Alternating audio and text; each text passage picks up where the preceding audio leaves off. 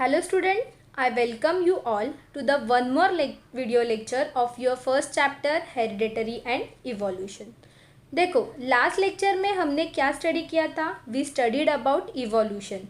Evolution exactly है क्या? So evolution is a gradual process जिसमें फॉर एग्जांपल एप से लेके ह्यूमन बींग तक जो जर्नी है उसको इवोल्यूशन कहा जाता है, जिसमें लिविंग ऑर्गेनिज्म के बॉडी में धीरे धीरे कुछ चेंजेस होते हैं. That is called as evolution. It is a gradual changes. अभी ये तो हमें मान लिया कि इवोल्यूशन हो गया है लिविंग ऑर्गेनिज्म में, लेकिन ये जो इवोल्यूशन की जो प्रोसेस है ये हो गई है, ये प्रूफ करने के लिए हमें कुछ प्रूफ की ज़रूरत होती है, कुछ एविडेंस की ज़रूरत होती है. जितने भी सारे थ्योरी है इवोल्यूशन के बारे में, उन थ्योरी को प्रूफ करने के लिए जो भी कुछ एविडेंस है उनके बेसिस पे वो थ्योरी प्रूफ की जाती है. वो सब एविडेंस हम आज स्टडी करने वाले. So today we will learn about the theory of evidence और evidence of evolution. Evidence of evolution. Collective thinking upon all the theories implies that evolution is a overlasting process of changes.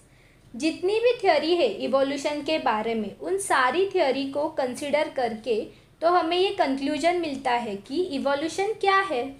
It is a everlasting process of changes. Everlasting means हमेशा चलने वाली process. हमारी generation है, हमारी generation में भी evolution हो रहा है. हो सकता है कि हमारी जो नेक्स्ट जनरेशन है आने वाली, may be after some thousands of year वो जनरेशन में हमसे बहुत डिफरेंट होगी. वो जनरेशन हम जनरेशन से बहुत डिफरेंट होगी, अलग होगी. So evolution is the everlasting process. However it needs to prove it following are various proofs available in support of this theory. लेकिन इवोल्यूशन को प्रूफ करने के लिए हमें कुछ एविडेंस की ज़रूरत पड़ती है और वो एविडेंस हम एक एक करके आज पढ़ने वाले हैं. सो सबसे पहले बात करते हैं मॉर्फोलॉजिकल एविडेंस की. See what is morphology. Morphology is the study of any particular form और इट इज़ अ स्ट्रक्चर और शेप. फॉर एग्जांपल अभी हम मॉर्फोलॉजी ऑफ फ्लावर देखते हैं एग्जांपल के लिए. तो मॉर्फोलॉजी ऑफ फ्लावर क्या होगा?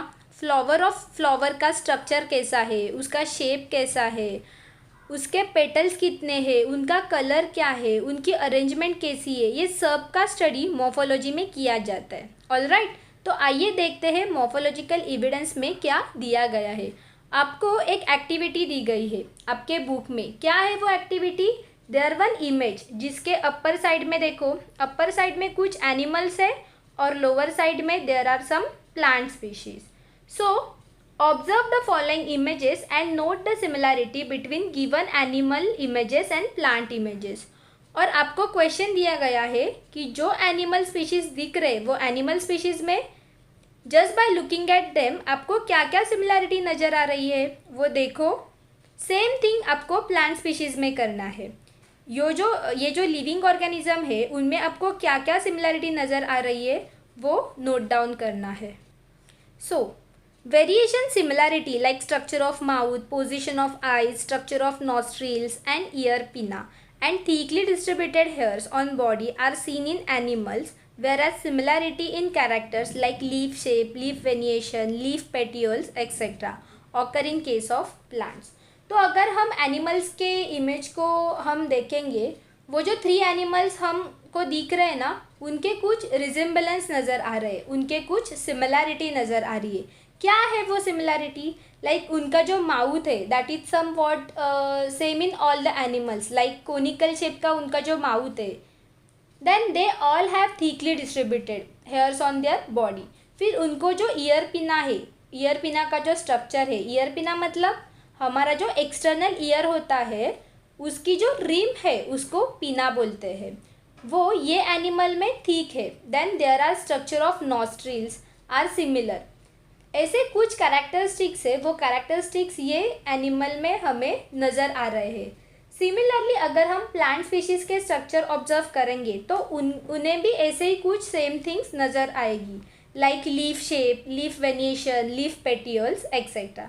Now leaf shape, you know आपके जो डायग्राम दिखे लीफ की वो देखो. यू नो लीफ शेप उनका जो लीफ शेप देखो एकदम आइडेंटिकल है, आइडेंटिकल तो नहीं है लेकिन बहुत थोड़ा सिमिलर नज़र आ रहा है. Then there is a leaf variation. Similarly what is leaf variation? Leaf variation is the arrangement of veins for that particular leaves. For example ये लीव्स है तो उसमें जो वेन्स होती है वो एक दूसरे को पैरेलल होती है या फिर एक दूसरे को वो इंटरसेक्ट करती है, उसको बोलते हैं leaf variation. Now what is petioles? Petioles is the steam of leaf. Leaf का जो स्टीम है उसको हम पेटियोल्स बोलते हैं, जिसकी हेल्प से वो ब्रांच को अटैच रहता है. Okay, so there is are similarity. So there are similarity in leaf venation, leaf petioles, leaf shape in the given plant images. These indicates that there are some similarity in those group and hence it proves that their origin must be same and must have a common ancestor. तो ये जो animal species और plant species देखे उनमें हमें कुछ similarity नज़र आई. इसका मतलब क्या? ये क्या इंडिकेट करता है? जितने भी लिविंग ऑर्गेनिज्म है जिनमें हमें एक दूसरे के साथ रिजेंबल नज़र आ रहा है, सिमिलैरिटी नज़र आ रही है, वो सारे के सारे जो लिविंग ऑर्गेनिज्म है वो किसी कॉमन ओरिजिन से ओरिजिनेट हो गए. एक कोई कॉमन स्पीशीज़ थी, उनसे वो निकले हैं और आगे जाके अलग अलग स्पीशीज़ फॉर्म हो गई है.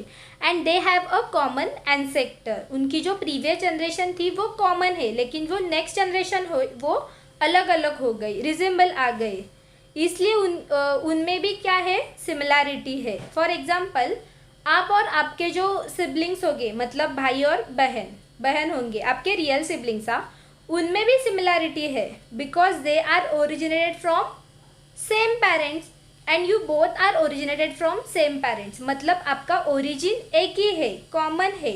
So there are similarity between you and your sibling. So next evidence we are going to study, we are talking about the anatomical evidence. Anatomical evidence. Now what is anatomy? See, anatomy is the study of internal working or internal structure of your organs, that is called as a anatomy.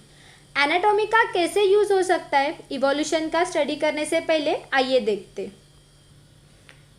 If you carefully observe the picture, there does not seems any superficial similarity between human hands, cat forelegs, flipper of whale and patagium of bat. ये given image आपने observe किया है, वो image किसकी है? तो कुछ skeleton दिया गया है यहाँ पे फोर लिम्स का. फोर लिम मतलब hand. Forelimbs of human hand है, देन कैट्स का फोर लेग है, patagium of bat, flipper of whale. इन ऑर्गेनिज्म के आपको फोर लिम्स दिए गए हैं और ऐसा कहा गया है अगर हम ये इमेज की तरह देखेंगे तो just by the looking at that image इन्हें हम और इन ऑर्गेनिज्म में कुछ भी सिमिलैरिटी नहीं नज़र आ रही है between the human hands, cats foreleg, patagium of bat and flipper of whale. So similarly, use of each of those structure is different in irrespective animals. However, so जैसे हमें सुपरफिशियल सिमिलैरिटी नज़र नहीं आ रही है just by looking at this image, वैसे ही जितने भी organs हमें यहाँ पे दिख रहे उनका जो यूज़ है वो रिस्पेक्टिव एनिमल्स में अलग अलग है, डिफरेंट है. आइए देखते हैं उनका यूज़ क्या है. पहला ह्यूमन हैंड. ह्यूमन हैंड जो है उसका यूज़ होता है ग्रास्पिंग द थिंग्स. कुछ चीज़ें पकड़ने के लिए इंसान अपना हाथ यूज़ करता है. Second is cat forelegs. Cat forelegs is the use for jumping, running और walking. Then patagium of bat is use for the flying और पैडगियम मतलब क्या है? Patagium is the membranous structure which help to fly of bat. Then flipper of whale. Flipper is the forelimb of whale. Whale पता है ना, उसका four limb, उसका hand को बोलते हैं फ्लिपर. वेल अपने फ्लिपर का यूज़ किसके लिए करता है? For swimming. तो हर एक ऑर्गेनिज्म में उस ऑर्गेन का फंक्शन भी और यूज़ भी क्या है? डिफरेंट है, अलग अलग है. However, there is a similarity in structure of bones and bony joints in organ of each of these animals. लेकिन अब यहाँ पे सिमिलैरिटी किस में है? तो ये जो बोन का स्ट्रक्चर है वो बोन के स्ट्रक्चर में, बोनी जॉइंट्स जो है उसमें सिमिलैरिटी है वो हमें नज़र आ रही है. This similarity indicates that those animals में have common ancestor And again, if there is a similarity between the organs or between these bones or bone joints of this organ of this animal, तो ये similarity क्या indicate करती है? ये जो सारे organism है वो किसी एक ओरिजिन से क्या हो गए हैं? ओरिजिनेट हो गए हैं. They have common ancestor. उनकी जो प्रीवियस जनरेशन थी उनका जो एंसेक्टर था वो कॉमन है. दैट्स वाई उनके बोनी जॉइंट्स में हमें सिमिलैरिटी नज़र आ रही है. Next is let's have some question. Question number 1. Which are the different organs in body of organism. कोई भी लिविंग ऑर्गेनिज्म और हायर ऑर्गेनिज्म के बारे में हम बात करेंगे. Like we are human beings. तो लिविंग ऑर्गेनिज्म में कौन कौन से ऑर्गेनिजम्स होते हैं, ऑर्गेन्स होते हैं. Which different organs present in our body देखते. In human body, various organs are present. Okay, for example, eyes, brain, teeth, heart, lungs, stomach, liver, kidney. These are some example of organs present in human body. So इसमें से कुछ organ जो है वो बाकी के animals में भी present है. Next question is, in each of the organ useful of organism. अब ये जो ऑर्गेन वो लिविंग ऑर्गेनिज्म के बॉडी में प्रेजेंट रहते हैं. ये जो ऑर्गेन्स लिविंग ऑर्गेनिज्म के बॉडी में प्रेजेंट रहते हैं वो सारे के सारे यूजफुल होते हैं क्या वो ऑर्गेनिज्म के लिए? सी. कुछ ऑर्गेनिज्म ऐसे होते हैं उनको वेस्टिजियल ऑर्गेन कहा जाता है. मतलब वो प्रेजेंट कंडीशन में प्रेजेंट सिचुएशन में यूजफुल नहीं होते हैं. लेकिन वो पर्टिकुलर ऑर्गेनिज्म के जो एंसेक्टर्स थे मतलब जो प्रीवियस जनरेशन थी उनमें वो पर्टिकुलर ऑर्गेन यूजफुल था या फिर फंक्शनल था. लेकिन करंट सिचुएशन में उस पर्टिकुलर ऑर्गेनिज्म का कोई भी यूज़ नहीं है. सो ये फैक्ट के बारे में हमारा नेक्स्ट टॉपिक है vestigial organ. So what's are vestigial organ? See. Degenerated और underdeveloped useless organ of organisms called as a vestigial organ. Degenerated मतलब वो स्लोली क्या हो गए? डीजनरेट हो रहे हैं, स्लोली डिस्ट्रॉय हो रहे हैं या फिर they are non functional and under develop useless organ of organism. So ये ऑर्गेन को कहा जाता है वेस्टिजियल ऑर्गेन. वो ऑर्गेन कोई भी काम का नहीं रहता है. उन वेस्टिजियल ऑर्गेन का वो पर्टिकुलर ऑर्गेनिज्म को कोई भी यूज नहीं होता है, फायदा नहीं होता है. That's why this organ called as a vestigial organ. Example is appendix. Okay, you can see the picture. Appendix का हमें कुछ भी फंक्शन नहीं है, कुछ भी यूज नहीं है. In living organism sudden development of new tissue और organ for living in changing environment is not possible. Instead existing organs under gradual changes. अब देखो कोई भी लिविंग ऑर्गेनिज्म को चेंजिंग एनवायरमेंट में सर्वाइव करना है तो उस ऑर्गेनिज्म को खुद की बॉडी में वो चेंजेस लाने पड़ते. उसको बोलते हैं adaptation. That is called as adaptation. Adaptation for that particular environment. ये जो एडेप्टेशन होता है या फिर ये जो चेंजेस होते हैं वो सडनली नहीं होते हैं. मतलब सडनली कोई टिश्यू डेवलप हो गया बॉडी में या फिर कोई भी सडनली टिश्यू डेवलप हो गया बॉडी में या फिर सडनली कोई ऑर्गेन डिसअपियर हो गया जो फंक्शनल नहीं है या फिर उस पर्टिकुलर एनवायरमेंट वो सर्वाइव करने के लिए जो ऑर्गेन रिक्वायर है वो सडनली डेवलप हो गया ऐसा नहीं होता है. वो सडनली डेवलप नहीं होता है. तो क्या होता है? Already existence in organism. वो पर्टिकुलर ऑर्गेनिज्म के बॉडी में उस और ऑर्गेनिज्म वो चेंजेस भी ऐसे होते हैं, ग्रेजुअल चेंजेस होते हैं, धीरे धीरे चेंजेस आते हैं. और इस तरह से जो लिविंग बॉडी होती है वो उसे सराउंडिंग चेंजिंग एनवायरनमेंट में सर्वाइव कर सकती है. Next is mostly a specific structure in the body is useful under certain situation. However same structure under different situation में बिकम यूजलेस और इवन हार्मफुल. अब देखो क्या होता है. एक पर्टिकुलर ऑर्गेन लेते, फॉर एग्जाम्पल हम लेते हैं अपेंडिक्स. ओके, सो अपेंडिक्स के बारे में आपने तो सुना है, हमने हमारे प्रीवियस लेक्चर में इसके बारे में बात की थी. अपेंडिक्स क्या होता है? What is appendix? It is a part of large intestine. तो अभी करंट सिचुएशन में ह्यूमन बॉडी में उसका कोई भी यूज़ नहीं है, but that appendix is useful in our ancestors. देखो यहाँ पे क्या कहा है कि स्पेसिफिक कंडीशन में कोई एक ऑर्गेन या फिर कोई एक स्ट्रक्चर यूजफुल होता है. या फिर फंक्शनल होता है, लेकिन इसका मतलब ये नहीं कि डिफरेंट सिचुएशन में वो सेम ऑर्गेन या फिर वो सेम स्ट्रक्चर यूजफुल ही रहे.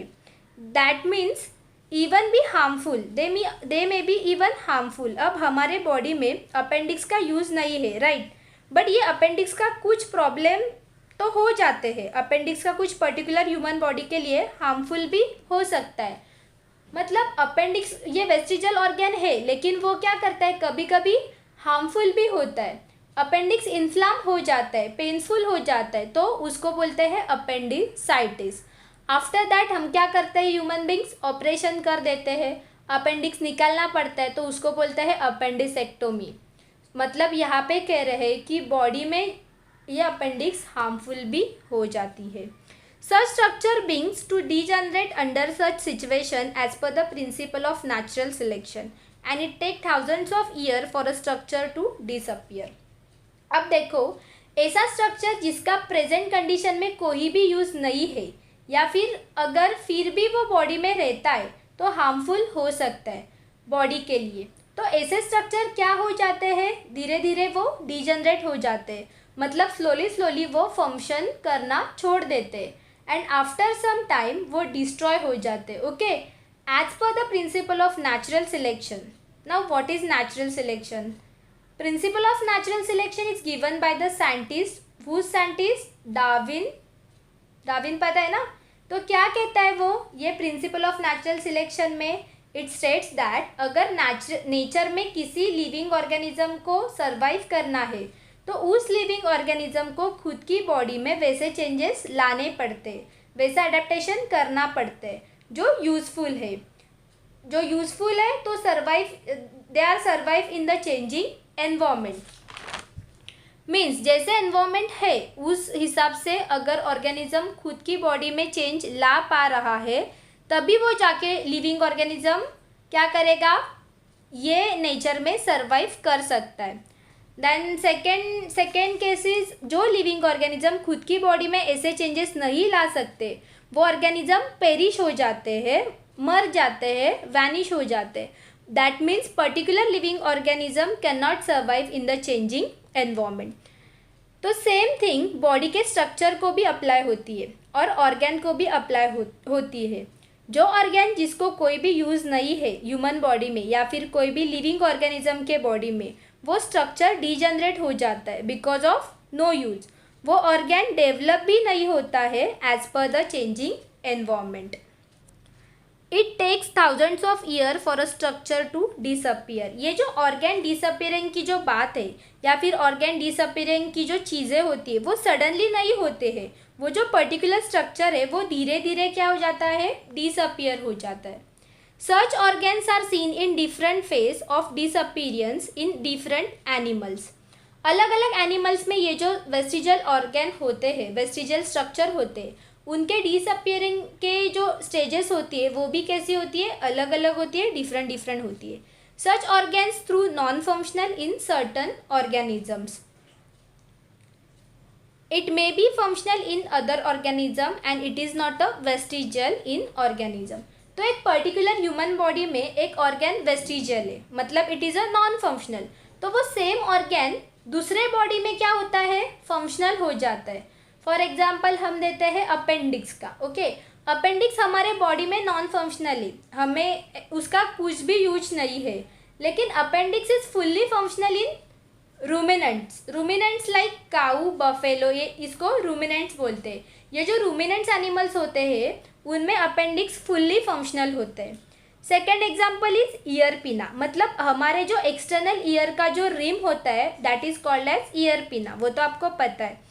तो ईयर पिना के जो मसल्स है वो हमें मीन्स ह्यूमन बींग को उसका कोई भी यूज़ नहीं है because we don't move our ear और we don't move our external ear. लेकिन muscles of ear pinna are useful for the monkeys for that movement of pinna. Next is appendix, which is useless to human, is useful and fully functional organ in ruminants. Similarly, muscle of ear pinna which are useful to humans are useful in monkey for movement of ear pinna. So ये कुछ example दिए गए हैं, भले भी particular organ या फिर structure एक लिविंग बॉडी में नॉन फंक्शनल है, लेकिन वो सेम ऑर्गेन दूसरे लिविंग बॉडी में क्या होते हैं, फंक्शनल होते हैं. लाइक हमने देखा कि रूमिनेंट्स में अपेंडिक्स फंक्शनल रहता है, लेकिन ह्यूमन बींग्स में वो फंक्शनल नहीं रहता है. इसका मतलब क्या, वो दूसरी लिविंग बॉडी में वेस्टिजल नहीं हो सकता है. हमारे बॉडी में वो वेस्टिजल है, लेकिन रूमिनेंट्स लाइक काऊ, बफेलो, इनके बॉडी में वो वेस्टिजल नहीं हो सकता है, because it is useful in another living body. So various vestigial organ like tailbone, coccyx, wisdom teeth and body hairs are present in human beings. Tailbone is called as coccyx. आपको tell है क्या, नहीं ना, लेकिन हमारे जो एंसेक्टर्स थे उनको क्या थी, टेल थी. हमारे जो एंसेक्टर्स थे उनमें वो टेल बोन था, उनमें वो टेल बोन फंक्शनल था बिकॉज दे हैड टेल. उस टेल को सपोर्ट करने के लिए टेल बोन वॉज प्रेजेंट. लेकिन since we don't have tail, we don't have presence of tailbone or coccyx, then wisdom tooth or body hairs are present in human beings, and all these structure are vestigial for human body. wisdom teeth, coccyx, tailbone, body hairs, ये क्या है, सब vestigial organ है human body में, but ये दूसरे body में vestigial नहीं हो सकते. नेक्स्ट इज, आइए बात करते हैं पैलेंटियोलॉजिकल एविडेंस की. Palaeontological evidence, do you know what is palaeontology? Palaeontology is the study of fossils. You know what is fossils? देखो, millions of year ago there are some animals और plants present on earth जो अभी नहीं है. जो ये living organism थे जो पहले लाइफ थे अर्थ पे बट अभी नहीं है, because of some natural climates like floods है, अर्थक्वेक है. इसके वजह से क्या हो गया, वो जो लिविंग ऑर्गेनिज्म थे वो सॉइल के नीचे के लेयर में दब गए, and this is called as a fossil. वो फॉसिल से हमें पता चलता है पहले कौन से ऑर्गेनिज्म अर्थ पे थे, और उन ऑर्गेनिज्म में और अभी जो ऑर्गेनिज्म प्रेजेंट है उनमें कुछ रिलेशन था या नहीं था. ये सब इवोल्यूशन के स्टडी करने में हेल्प होती है. अ क्वेश्चन में arise in your mind that which organism existed millions of year एगो. आपने डायनासोर के बारे में सुना होगा कि वो जायंट एनिमल था जो अर्थ पे था पहले, it was a life, and लेकिन अभी वो वैनिश हो गया. डायनासोर के जैसे और कौन से लाइफ ऑर्गेनिज्म थे, ये क्वेश्चन आपको जरूर आया होगा, right? So how can we tell this secret can be hidden in the earth, means उसके फॉसिल का स्टडी करके हम क्वेश्चन का आंसर सर्च कर सकते हैं कि डायनासोर जैसे और कौन से एनिमल अर्थ पे थे. Large number of organisms get buried due to disaster like flood, earthquake, volcano, etc. And ruminants and impression of such organism remains prevail underground. क्या हो गया, ये जो ऑर्गेनिज्म है वो दब गए, दे गॉट बरीड, और उनके जो रिमिनेंट्स है, रिमिनेंट्स मतलब अवशेष बोलते हैं उसको, रिमिनेंट्स को, वो रिमिनेंट्स और impression as we see in the image, दिख रहा है ना इमेज, वो फिश का impression. So these are impression on the soil. उस इम्प्रेशन का और उस रिमिनेंट्स का स्टडी करके इवोल्यूशन का स्टडी कर सकते हैं. So these are called as a fossils, and the study of fossil is an important aspect of study of evolution, जैसे मैंने अभी आपको बताया. नाउ नेक्स्ट इज, अब बात करते हैं कार्बन डेटिंग की. सी, ये फॉसिल्स है, ये फॉसिल्स कितने पुराने हैं, अभी हमने देखा वो फॉसिल्स कितने पुराने हैं. जिसका डेथ हो गया है, जिसका वो फॉसिल्स हमें मिला है, वो कितने सालों पहले लाइफ था या फिर कब उसकी डेथ हो गई है, हम सर्च कर सकते हैं by the technique of carbon dating. क्या होता है कार्बन डेटिंग, कभी सुना है क्या ये कंसेप्ट? ये कंसेप्ट में देखो क्या होता है, you can C the flow chart. हाँ देखो, ये जो कॉस्मिक रेज है, एनवायरमेंट में नाइट्रोजन प्रेजेंट होता है, you can C flow chart, दिख रहा है ना flow chart. When cosmic rays combine with nitrogen they makes radio active carbon. Okay, ये कॉस्मिक रेज है ना, वो नाइट्रोजन के साथ कंबाइन होते हैं और क्या करते हैं, रेडियो एक्टिव कार्बन रेडी करते हैं. रेडियो एक्टिव कार्बन को बोलते हैं C14. रेडियो एक्टिव कार्बन मतलब क्या, मतलब ये जो कार्बन है वो continuously radio active rays emit कर रहता है, एब्जॉर्व करता है। ये रेडियो एक्टिव कार्बन कैसे बनता है? देखो, कॉस्मिक रेज जब एनवायरमेंट में जो नाइट्रोजन प्रेजेंट है उसके साथ कंबाइन हो जाते, cosmic rays plus nitrogen, then radio active carbon C14 क्या होता है? प्रोड्यूस होता है। जब ये रेडियो एक्टिव कार्बन ऑक्सीजन के साथ कंबाइन होते, radio active carbon plus oxygen ये जब कंबाइन होते, that time CO2 is produce. जब radio active carbon cosmic rays plus nitrogen होता है तब C14 is produce, and radio active carbon plus oxygen combine होता है तो C12 इज प्रोड्यूस। सो ये CO2 कार्बन डाइऑक्साइड प्रोड्यूस होता है, तो ये कार्बन डाइऑक्साइड कैसे प्रोड्यूस होता है? This is a radio active carbon dioxide, उसको बोलते हैं radio active carbon dioxide. You can see the picture, और ये कार्बन दिख रहा है ना, तो और ये कार्बन डाइऑक्साइड जो है जिसमें रेडियो एक्टिव कार्बन है वो CO2 जाता है प्लांट में, वो कार्बन डाइऑक्साइड जाता है प्लांट में, because plants inhale that carbon dioxide, है ना। प्लांट्स कार्बन डाइऑक्साइड को इनहेल करते हैं और ऑक्सीजन को एक्सहेल करते हैं, और CO2 के वजह से फूड प्रोड्यूस करते हैं। पता है ना, फोटोसिंथेसिस, प्लांट क्या लेते हैं? CO2 लेते हैं और फूड प्रोड्यूस करते हैं। प्लांट्स इसमें वो रेडियो एक्टिव कार्बन जाता है, ऑटोमेटिकली क्या हो गया? रेडियो एक्टिव कार्बन गया, और वो प्लांट के फूड को फिर एनिमल खाते हैं। ओके, ऑलरेडी उसमें क्या है? रेडियो एक्टिव कार्बन है फूड में, और वो फूड कौन खाते हैं? एनिमल्स खाते हैं। मतलब क्या? वो रेडियो एक्टिव कार्बन किस में गया? ऑटोमेटिकली एनिमल्स में गया। अब इस टेक्निक को कैसे यूज़ किया वो देखते हैं। See, carbon consumption of animals and plants stop after death, and since then only the decaying process of C14 occur continuously in case of dead bodies of plants and animals. जब plants और animals alive रहते हैं तब continuously plants will take radioactive carbon, और plant से फिर radioactive carbon किस में जाएगा? animals में, क्योंकि plants के food animals खा जाते हैं। और जब ये plants और animals die हो जाते हैं तब उनका कार्बन कंजप्शन है वो भी स्टॉप हो जाता है। वो ही नहीं है तो कार्बन कंजप्शन कैसा होगा? After that radio active carbon की डीके प्रोसेस स्टार्ट होती है, मतलब रेडियो एक्टिव कार्बन क्या होने लगता है? डीके होने लगता है। In case of dead bodies of plants and animals, instead of remaining constant, the ratio between C14 and C12 change continuously. The time pass since the death of plants और animals can be calculated by measuring the radioactive of C14 and the ratio of C14 to C12 present in their body. Death के बाद उस dead body का as कैसे समझता है? उस radioactive carbon का कितना डीके हो गया है अब तक उससे, और उसका C12 के साथ क्या रेशो है? ये रेशो निकालने के और कैलकुलेशन करने से डेड बॉडी का एज समझता है, और this is called as a carbon dating method.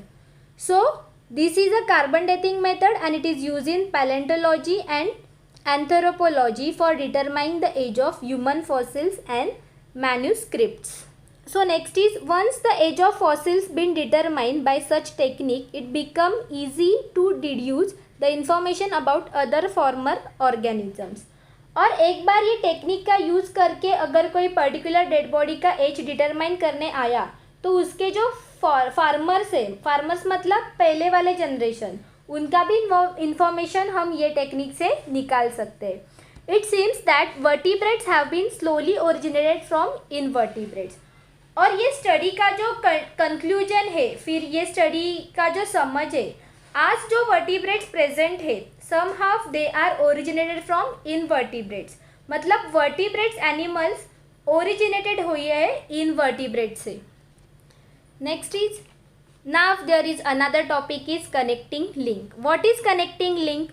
उसमें उसके नाम में ही उसका मीनिंग छुपा है. देखो, कनेक्टिंग लिंक मतलब दो चीज़ों में, दो डिफरेंट चीज़ों में कनेक्शन है. कनेक्टिंग लिंक में ऐसे एनिमल्स और ऑर्गेनिज्म का स्टडी करने वाले हैं जो अलग अलग ऑर्गेनिज्म के बीच में एक कनेक्टिंग लिंक है. मतलब कनेक्टिंग लिंक वाला जो एनिमल होगा उसमें पहले वाले ऑर्गेनिज्म से कुछ कैरेक्टरिस्टिक्स होंगे और बाद में वाले ऑर्गेनिज्म से कुछ कैरेक्टरिस्टिक्स होंगे. सो एक्टिविटी क्या है? Observe the following picture and discuss the characters and observe. Animal के इमेज में there is a duck bill, platypus, lungfish और पेरिपेटिस। कहा है कि which characteristics present in this animal. तो देखते हैं क्या है ये characteristics. Some plants and animals show some morphological character by which they can be related to different groups. ऐसे कुछ एनिमल है और ऐसे कुछ प्लांट्स है, वो ऐसे कुछ अलग अलग कैरेक्टरिस्टिक दिखाते हैं कि उसकी वजह से दो अलग अलग ग्रुप्स कनेक्ट की जाती है। Hence they are called as a connecting link. मतलब एक कैरेक्टर, पहले वाला कैरेक्टरिस्टिक्स मतलब दो एनिमल ऐसे रहते हैं, उनके दोनों एनिमल के जो कैरेक्टरिस्टिक्स है वो कैरेक्टरिस्टिक्स इनमें आते हैं, उसको बोलते हैं connecting links. For example Peripatus, Peripatus दिख रहा है ना, हाँ, तो वो पेरिपेटस है। Peripatus characters like segmented body, thin cuticles and parapodia, parapodia like organs are present. ये जो इमेज दिख रही है पेरिपेटस की, उसको बोलते हैं Peripatus. Somewhat looking a larva, larva जैसा दिख रहा है। जो पेरिपेटस है उसमें आर्थ्रोपोडा और एनालिडा, ये जो दो ग्रुप है उन दोनों के कैरेक्टरिस्टिक्स हमें नजर आते हैं। Like segmented body and thin cuticles, cuticles means उसकी जो बॉडी है that is covered by material is called as a cuticles. And parapoda like organisms are also present. So ये पेरिपेटस है, उसमें कौन से है, पैरापोडा के भी इमेजेस है और एनालिडा की भी कैरेक्टरिस्टिक्स है। Similarly, these animals show tracheal respiration and open circulatory system similar to arthropoda. First हमने जो कैरेक्टरिस्टिक्स देखे वो एनालिडा ग्रुप के थे। अब जो ये कैरेक्टरिस्टिक्स है like respiration, open circulatory system, ये आर्थ्रोपोडा के हैं। And this indicates that peripatus is a connecting link between annelida and arthropoda. So that's why the peripatus is a connecting link between annelida and arthropoda. Why? Because ये peripatus में arthropoda के भी characteristics है और annelida के भी characteristics है। Okay, annelida के थीन क्यूटिकल्स और सेगमेंटेड बॉडी वाले कैरेक्टरिस्टिक्स भी पेरिपेटस में है और आर्थ्रोपोडा जैसे रेस्पिरेशन और ओपन सर्कुलेटरी ये भी कैरेक्टरिस्टिक्स पेरिपेटस में है। Got it? तो उसको बोलते हैं connecting link between them. Got it? Now next is similarly duck billed platypus legs lay egg like a reptiles. अब ये जो प्लेटिपस है this is a connecting link between reptiles and mammals. मतलब उसमें जो कैरेक्टरिस्टिक है which are present in reptiles like they are lay eggs. Okay, ये reptile जैसे कैरेक्टरिस्टिक्स है, मतलब वो क्या करते हैं, अंडी देते हैं। रेप्टाइल्स भी क्या करते हैं, अंडी देते हैं। But show relationship with mammals to due to presence of mammary glands and hairs. लेकिन उसमें कुछ कैरेक्टरिस्टिक्स ऐसे है जैसे mammary gland and hairs which is present in mammals. That's why platypus is a connecting link between mammals and reptiles, because mammals के भी characteristics उसमें present है और रेप्टाइल्स के भी। नेक्स्ट एग्जाम्पल है लंगफिश। लंगफिश का दिख रहा है picture. Lungfish is a connecting link between fish category and amphibians category.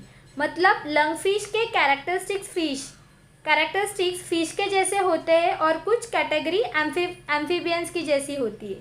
क्या है वो categories? Lungfish perform respiration with lungs irrespective of being a fish. मतलब वो फिश है। ओके, नाउ फिश क्या करते हैं, दे रेस्पायर थ्रू गिल्स। नॉर्मल जो फिश है वो क्या करता है, गिल्स थ्रू रेस्पायर करता है। बट ये लंग फिश का जो रेस्पिरेशन होता है वो उसके लंग्स थ्रू होता है, same like a amphibians. So this example indicates that mammals are evolve from reptiles and amphibians from fishes. So mammals जो है वो रेप्टाइल से ओरिजिनेट हो गए या फिर रेप्टाइल से इवॉल्व हो गए और जो एम्फीबियंस है वो फिश से इवॉल्व हो गए। Now next is carefully observe the embryological evidences. Carefully observe the stage of embryonic development of some animals show in a figure. देखो डिफरेंट एनिमल के एम्ब्रियो दिखाई गई है, दिख रहा है ना, ये सब एम्ब्रियो है। Embryo in the sense embryonic development के स्टेज दिखा गए हैं। अपर line indicating primary stage of embryo development. कौन कौन से एनिमल्स का एम्ब्रियो नजर आ रहा है? फिश का एम्ब्रियो है, then embryo of salamander, then tortoise, chicken, pig, rabbits and human. अब देखते हैं एम्ब्रियोजेनिक डेवलपमेंट का कैसे यूज़ होता है इवोल्यूशन के स्टडी में। So comparative study of embryonic development stages of various vertebrate give in a picture show that all embryos show extreme similarity during initial stage। Given picture में जितने भी embryo आपको दिख रहे वो सारे एम्ब्रियो का एक दूसरे के साथ कंपैरेटिव स्टडी किया जाए तो उसमें से हम ऑब्जर्व करते हैं कि जितने भी एनिमल्स है उन एनिमल के जो एम्ब्रियो है वो उनके इनिशियल स्टेज में एकदम सिमिलर है। देखो फर्स्ट स्टेज देखो, उसमें सब क्या दिख रहे हैं, सिमिलर दिख रहे हैं ना। पहचान को आ रहा है क्या कौन सा एम्ब्रियो किसका एम्ब्रियो कौन सा है, नहीं। सो इनिशियल स्टेज मतलब क्या, इनिशियल स्टेज मतलब फर्स्ट स्टेज। जैसे जैसे फर्दर डेवलपमेंट होती है तब चेंजेस आते हैं उन एम्ब्रियो में, तब जाके हम बता सकते हैं या ये फिश का एम्ब्रियो है, ये रेबिट का एम्ब्रियो है और ये ह्यूमन बीइंग का एम्ब्रियो है। But we can not distinguish in the organism in their initial development stage, because initial stage में वो पूरे सेम दिखते हैं। And though similarity decrease gradually, similarity in the initial stage indicates common origin of these animals। Similarity धीरे धीरे decrease हो जाती है उनमें से। And embryo in their initial stage of development are similar to each other। वो similarity क्या indicate करती है, ये सारे animal जो है जिनके embryo उनके initial stage में कैसे दिख रहे हैं, similar दिख रहे हैं, वो सारे animal का जो origin है या फिर ancestors है वो एक ही है। वहाँ से फिर वो अलग अलग इवॉल्व हो गए, मतलब उसका जो एंसेक्टर है प्रीवियस जनरेशन एंसेक्टर है वो एक ही है, ये एंसेक्टर से वो क्या हो गए, अलग अलग इवॉल्व हो गए। Thank you.